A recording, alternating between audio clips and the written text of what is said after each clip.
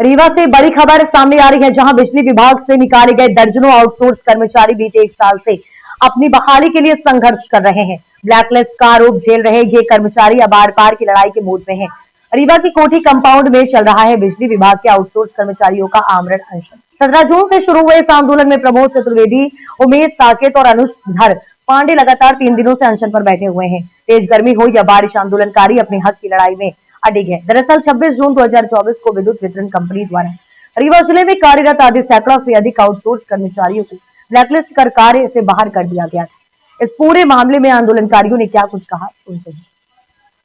बैठे हैं, कब से बैठे हैं, क्या मांगे, किन मांगों पे बैठे हैं?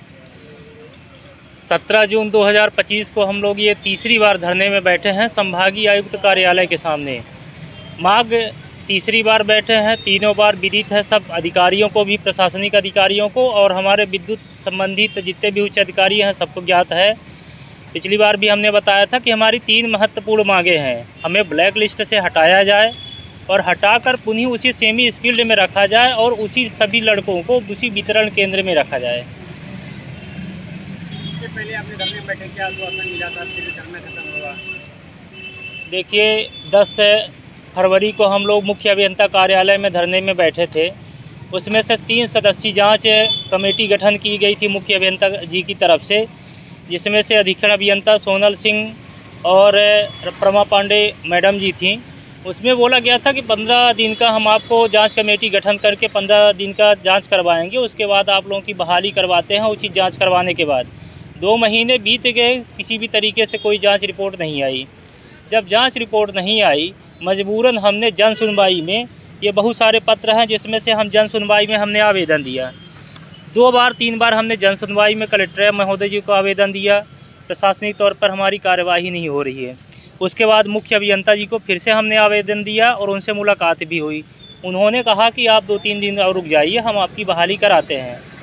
फिर 1 हफ्ते 1.5 हफ्ते समय बीत गया, बहाली नहीं हुई। तो मजबूरन हम 1 मई 2025 को संभागीय आयुक्त कार्यालय के सामने दूसरी बार धरने में बैठे, जिसमें 60वें दिन अधीक्षण अभियंता BK शुक्ला जी और कार्यपालन अभियंता नरेंद्र मिश्रा जी के द्वारा पूरी एक लिखित आदेश दिया गया, लेके आए। उन्होंने कहा कि हम इंसेंटिव स्कीम में आपको रख रहे हैं। इंसेंटिव स्कीम में हमने सर से पूछा कि सर ये बताइए कि क्या हमको उसमें बेसिक मंथली एक पेमेंट मिलेगी, PF PSI वगैरह क्या हमारा कटेगा? जिस DC में हम लोग काम करते थे वहीं करेंगे। उन्होंने पूरी तरीके से बोला कि आप लोगों को मंथली पेमेंट मिलेगी और जिस तरीके से आपका PF या SI वगैरह कट रहा था वो सारी चीज़ें कटेगी। और हमने कहा सर ये बताइए इंसेंटिव स्कीम में वो तो एक प्रोत्साहन राशि है, जिसमें अगर आपकी कहीं हम चोरी पकड़ाते हैं तो एक रिकवरी निकलती है, उसके आधार पे होगा। उन्होंने कहा ऐसा कुछ नहीं है, आपको जैसे कंपनी के अंडर में पेमेंट मिलती थी उसी तरीके से मिलेगा। ये पूरी वीडियो रिकॉर्डिंग है। उन्होंने ये भी कहा कि सुबह आप लोग चले जाइएगा मुख्य अभियंता कार्यालय में, ज्वाइनिंग ले लीजिएगा। जब हम सुबह वहाँ गए, प्रमा मैडम पांडे जी से हमारी मुलाकात हुई। उन्होंने बताया कि हमारे पास ऐसा कोई आदेश नहीं आया है, आपसे झूठ बोला गया है। देखिए हम सभी आज ये 12 महीने बीत रहे हैं। 26 जून 2024 को हम लोग बाहर हुए थे। 12 माह में हमने हर तरीके से हर प्रशासनिक अधिकारी के पास ज्ञापन दिया, संभागीय आयुक्त कार्यालय में दिया, जन सुनवाई में कलेक्टर महोदया जी को दिया, यहाँ तक कि हमारे बिंद क्षेत्र के डिप्टी CM राजेंद्र शुक्ला जी को भी हमने 8 से 10 बार आवेदन दिया। प्रशासनिक तौर पे किसी भी तरीके से कोई ध्यान नहीं दिया गया। विद्युत विभाग के अधिकारियों के पास भी हमने आवेदन दिया, उन्होंने भी किसी तरीके से कोई संज्ञान नहीं लिया।